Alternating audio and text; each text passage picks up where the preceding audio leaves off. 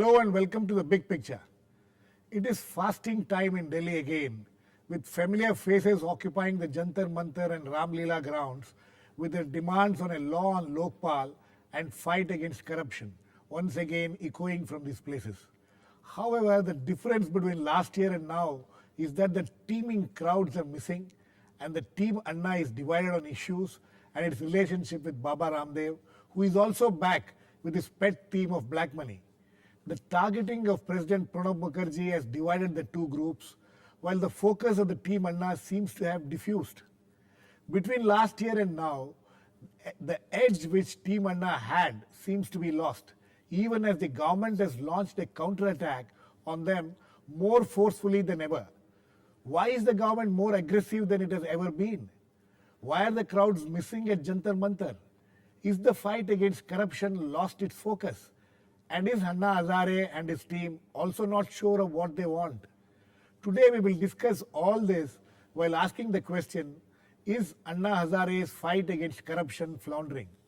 To discuss this, I have with me Prashant Bhushan, leading advocate and one of the key men in Team Anna and India Against Corruption, Anjali Bharadhwaj, Secretary National Campaign for People's Right to Information, Prof.Anand Kumar of the Center for the Study of Social Systems, JNU, Parsa Venkateshwar Junior, Editorial Consultant, DNA, and also author of a book on Lokpal. Welcome to all my guests. Prashant, first to you. You have accused the government of trying to divide the team Anna, especially after that meeting which the Union Law Minister Salman Khurshid had with Anna Hazare apparently about a month back in Pune.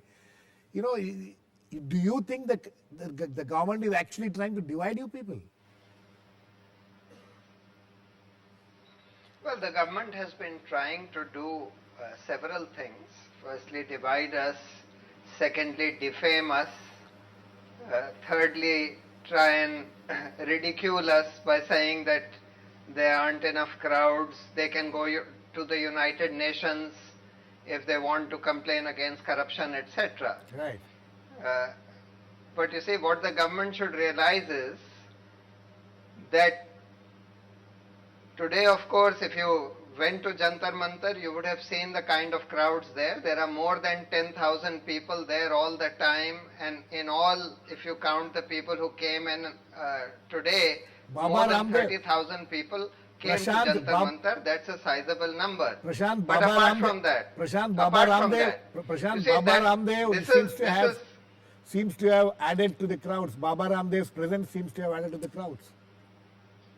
No, I don't think that made a significant difference. But in any case, you see, the crowd count is not the way in which you try and judge the importance of a movement like this. The importance of this movement is not just the issue of corruption, but today we have focused on 15 ministers of the most senior and the most powerful ministers in this cabinet who are facing serious charges of corruption based on documentary evidence. Absolutely. The question is, can the country afford to be run by people like this? Prashant, we will discuss this, but before that I want to play an interview I did with Mr. Salman Khurshid, the Union Law Minister, yesterday. Let's have a look at what he says on various issues. Do I decide who's to be in a meeting, or does he decide? Why did he not call them? I shared with the people who should know what I did. Did he share with the people who should know what he did? He didn't promise me anything. Right. He informed me of his decision not to fast. It was a confidential meeting.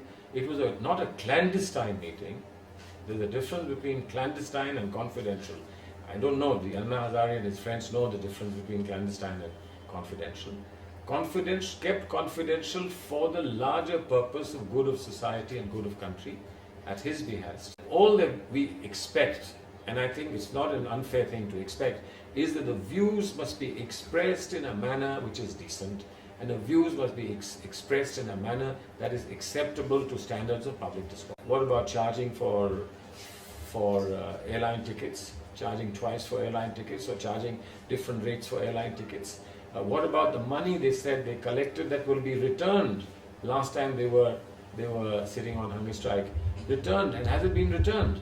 Why are we not being told about that? What about people who've been working for India against corruption and taking salaries or being on government roll for how many years? Okay, Prashant, just one question. We'll come back to the issue of 15 cabinet ministers. Mr. Salman Khurshid says that Anna Hazare told him in Pune in that what he calls as a confidential meeting and not a clandestine meeting, that Anna Hazare told Salman Khurshid that he will not fast. And apparently from reports what we are hearing, Anna Hazare is going to go on fast from in the next 3 days or so. Yeah, Anna Hazare may have told him that he will not fast on his promise or on his assurance that they will adhere to the promises that they had made in August last year, that they will bring those three things in the Lokpal bill apart from making the CBI independent. But they have not kept those assurances, and they were using this clandestine or confidential meeting, whatever he might choose to call it, to try and sow some seeds of suspicion among other members by trying to project as if they had secretly met Anna, got some assurance from him, and project this thing to the other members of the team? Prashant, the question which was raised by Salman Khurshid was, why did Anna come and meet him so secretly or confidentially or whatever it is, and what had stopped him from taking you people, you or Kejriwal or Kiran Bedi along with him? He said that I didn't tell that you should come alone. He didn't take anybody, and it was this meeting took place more than a month back. And why did he keep it secret for 1 month and only 1 month later told those people? So that's a very valid question which Mr. Salman Khurshid is asking. Mr. Salman Khurshid told Anna to keep it secret from other team members on his assurance that he will bring these things in the Lokpal bill. Now, Anna, being a simple person that he is, believed him, and on that assurance, he agreed to keep it and even withheld it from us. But thereafter, the government, this Mr. Narayan Swamy, sent a letter addressed to Anna, but sent to our office, saying that we are thankful for the help that you have given the government recently. What was the government trying to do? What was this Mr. Salman Khurshid trying to do by giving these false assurances, by trying to keep the meeting secret and prevent other members of the team from knowing about this and so on? What was the object? Clearly, they were not fulfilling any assurance. Prashant, the version of Salman Khurshid and your version and Anna Hazare's version there seems to be a difference in those things, because according to Salman Khurshid, he went to discuss the letter which Narayan Swamy had written to you people, and he only discussed what were the contents in the letter. Anyway, we'll keep that aside now. I'll come back to you. Please stay on, Mr. Anand Kumar. Professor Anand Kumar. Let us come to this latest fast hunger strike which is going on in Delhi. Why do you think it has not been able to raise the same kind of fervor which we saw last year? I think there are two reasons. One is that this is now without any strange or novel or surprising factor. Right. Anna Hazare, with the help of media and with the help of people against corruption, has now become publicly known in terms of his attitude, his orientation, his target, his agreements and disagreements. Secondly, till now, this was a general wishful thinking that we must have a system against corruption. Right. Now it has become a concrete situation where the lines are drawn. Right. Where 14 people have been put under cloud by Team Anna on the basis of government reports, CAG reports. 15, okay. And secondly, they have also distanced themselves from major opposition formations who were otherwise thinking that by default, they will be the gainer of this anti-UPA sentiment building around corruption and the campaign by saintly people like Sri Anna Hazare and committed people like Prashant Bhushan. But now BJP, the regional parties, and most of those parties whose chiefs are under CBI's surveillance and investigation are keeping a safe distance. And the heat is so much now because the results in Uttar Pradesh election, results in various other political competitions and contestations are showing that there is general sentiment that Congress is losing its grip. Legitimacy is declining. So- the image is becoming dirtier. So this campaign is against the Congress? No. Or is it that- against corruption? No. Campaign against corruption has now come nearer to Congress because Congress has become a vocal opponent of campaign against corruption. Okay. Anjali, this was not what was envisaged when this whole thing started about 1.5, 2 years back. You and your group, led by Aruna Roy and all these people also. What was the conception at that time, and where do you think it has headed now? And apparently there has been no consultation between the Team Anna and you people in the recent past. Well, I think the generic demands have been there from the very beginning. There has been a very felt need, very clear need for an independent and an empowered investigative machinery to look into cases of corruption. And I think those generic demands continue to be there. The National Campaign for People's Right to Information, which I am part of and other people are also part of, has been saying that very, very appropriately empowered institutions need to be set up to look into cases of corruption. Big ticket corruption, the smaller corruption which happens at the patwari level or in the ration shops. There needs to be a proper grievance redress mechanism that needs to be put in place, because the things that people took to the streets for 1 year ago were really, one thing was corruption, that people were fed up of corruption, and the other was the complete lack of an effective grievance redress mechanism. Another very important thing which we have been demanding should be put in place is a good whistleblower protection mechanism.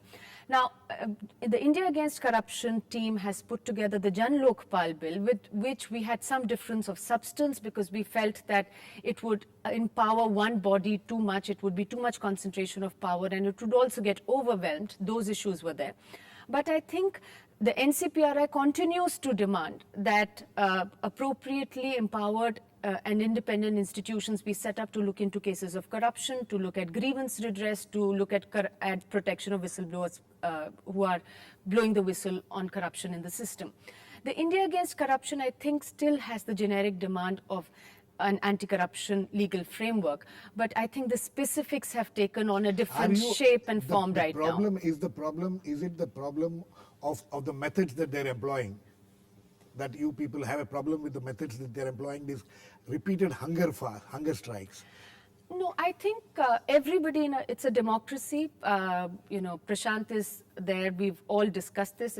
Everybody has a right to protest in the manner that they think is appropriate, including fasts. I think there are some differences which the NCPRI has had with the way India Against Corruption has been proceeding. Those have largely been on some points of substance which I mentioned. Also, we have. But there has been no consultation before this. India Against Corruption undertook this latest fast. Has there been any consultation with you people on that? Well, we have talked, but we haven't sort of decided the course of action together. Okay. Parsa, since last year, Anjali was pointing out the various things, the various demands that they have had, and even the India Against Corruption, the Anna Hazare team has had. Don't you see that we have come quite some distance between last year and now as far as government's responses to this is concerned?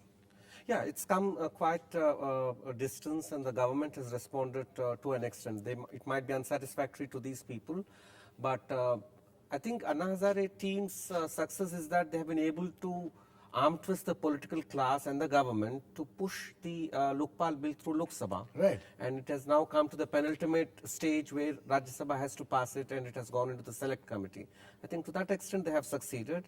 And on their own part, the government has now on the anvil the whistleblowers protection bill And is also there, Citizens and Charter also and Citizens Charter and Grievance redressal bill. So they are, perhaps it might not satisfy the activists and the civil society groups fully, but the government is responding to these demands. Okay. We need to go into a short break now. We will continue this discussion. Please stay on. We'll be back very soon.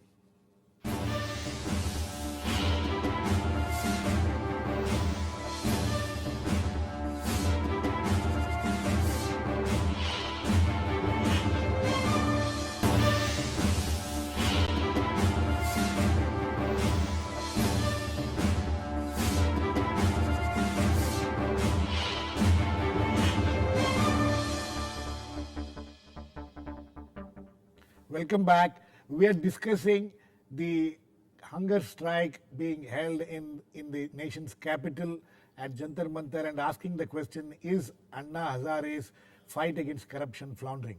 Let me go to Prashant Bhushan. Prashant, you are talking of the 15 ministers and in fact, you are trying to tell us now that the focus is now on that demand of against the 15 ministers being corrupt and they need to be investigated. Now, what kind of an investigation do you want now? What kind of an agency do you want to investigate these 15 ministers? All that we want is an independent investigation, not an investigation by an agency which is controlled by the very people that it has to investigate. The whole need for a Lokpal was on account of the fact that all the existing investigating agencies are controlled by the government, and that is one of the reasons why they are not taking action against such gross acts of corruption which we have pointed out. But in the absence of the Lokpal, since the Lokpal has not been brought, since an independent agency has not been created, we are saying that these charges against these senior ministers need to be investigated by an independent special investigating team Prashant, headed by 3 retired judges of the Supreme Court. We have given the names of 5 retired judges who are known for their integrity and independence and have asked the Prime Minister to choose any 3 of them. And we have also said that let them investigate any charges that the government may make against any of us. Prashant, So what's the problem with this? Prashant, I mean, if they are saying that these charges are baseless, why are they not willing to get them investigated? Prashant, one of the allegations or the observations being made by certain people is that you people have been trying to shift the goalposts time and again. You are being very impatient. The bill has already been passed. The Lokpal bill has already been passed in Lok Sabha. Why can't you wait for it to be passed in the Raj Sabha? After the certain procedures which are there, it's before a select committee, it will go to select. Why are you being so impatient? And that is what creates the suspicion that your target is not to get a good Lokpal bill, but your target is the Congress and the Congress government or the UPA government. The Lokpal bill which has been passed by the Lok Sabha does not provide for an independent Lokpal. The selection is being made by the government. The removal of the Lokpal is controlled by the government. The investigation of the Lokpal has to be done by a government-controlled investigating agency, not by an independent investigating agency under the Lokpal. So therefore, this certainly does not satisfy what we wanted, and they have gone back on all the assurances which were unanimously made in Parliament at the end of Anna's fast in August last year. Prashant, so therefore, this is of no consequence. Prashant, the minister, Mr. Narayan Swamy says, and even Mr. Salman Khurshid has hinted that Anna Hazare had agreed that whatever steps had been taken by the government so far is satisfactory, and that is why he will not go on fast. And now he seems to have changed his mind. No, that's not true at all. He said that he would not go on fast if they bring in those things which they had agreed to, the Citizens Charter, all government servants under the Lokpal, Lokayuks on the same lines, as well as bringing the CBI under the Lokpal. If they had agreed to all these things, he would not have needed to go on fast. Okay. Prashant Kumar, there seems to be a logjam. They would never, at least the team Anna would never be happy with whatever has happened and whatever is going to happen also. So where will all this lead to? And you think they will be able to retain the people's interest in their movement by this kind of attitude? I think we have to be clear about one thing, that we are in the process of institution building for a better democracy. Right. We are moving from representative democracy, which has come to some kind of a mature level, but we want to move towards participatory democracy. We are also moving from passive citizenship to active citizenship. Right. Now, these journeys are converging on the question of corruption and governance. Good governance has become the bottom line. There is a Right. great consensus. I'm really surprised that people look at Anna Hazare and Manmohan Singh as adversaries. Both are complaining against the same problem. Absolutely. And both are victim of the same challenge. And that challenge is becoming more and more visible. So with Anna Hazare or his team becoming an invited adversary with efforts of friends of both sides, is some kind of an opportunity for the people of India to realize that this is not a business which can be managed between a Manmohan Singh with clean public record and a messiah like Anna Hazare. It needs all the millions of people who want to make better democracy, who want to create better India, more vibrant political culture, to be involved. Now in this phase, I think there is a new discovery of leadership building process in this movement, because Anna, it was beginning and end. And people thought that this is new Gandhi. Even Gandhi was creating millions of Gandhis Right. through his Namak Satyagraha, through Quit India, through variety of things. So I think this hunger strike is going to fill that gap which was there in this movement, and that was the second line, third line, fourth line. And now Parsa? thousands of people are Parsa, going to do be you think- politicized.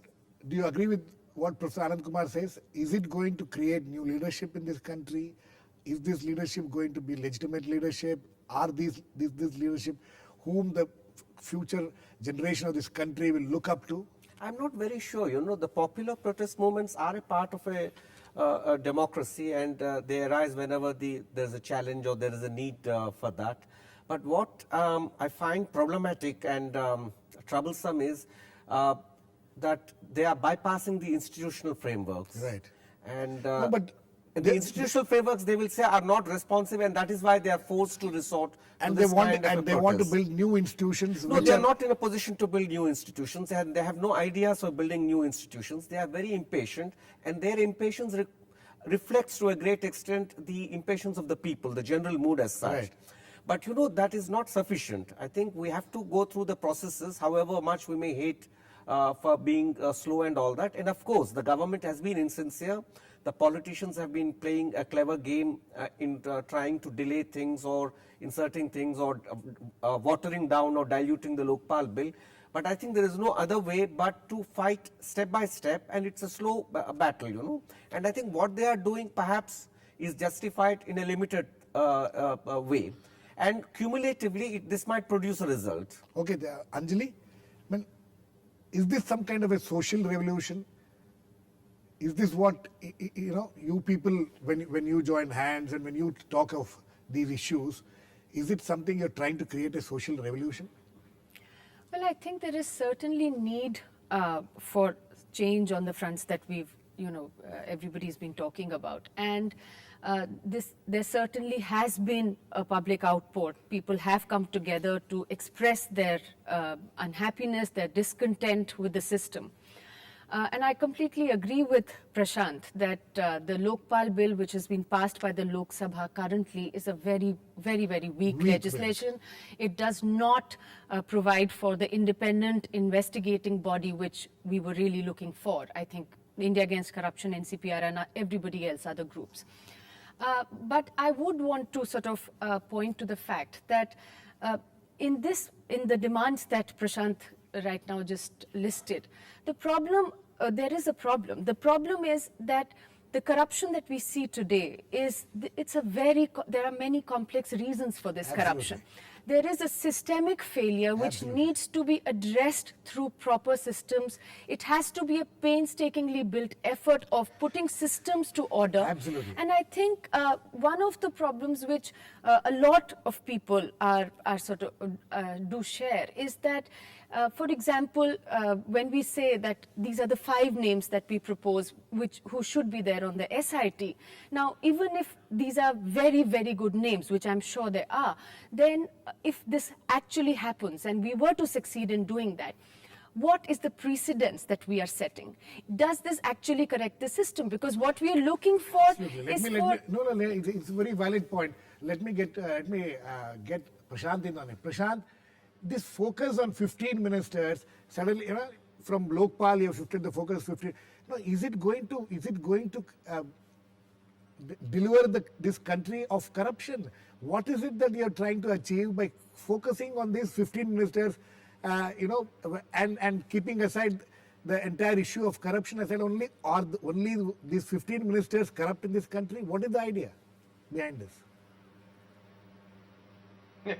You have said exactly what some of these television anchors keep saying, that Team Anna has strayed from the issue of Lokpal to corruption. Why was this fight for Lokpal required? Because we have such enormous corruption in the country, and this focus on these 15 ministers shows that the entire top of this cabinet is corrupt. And if this kind of situation continues, then the time is not far when this country would go to anarchy and civil war.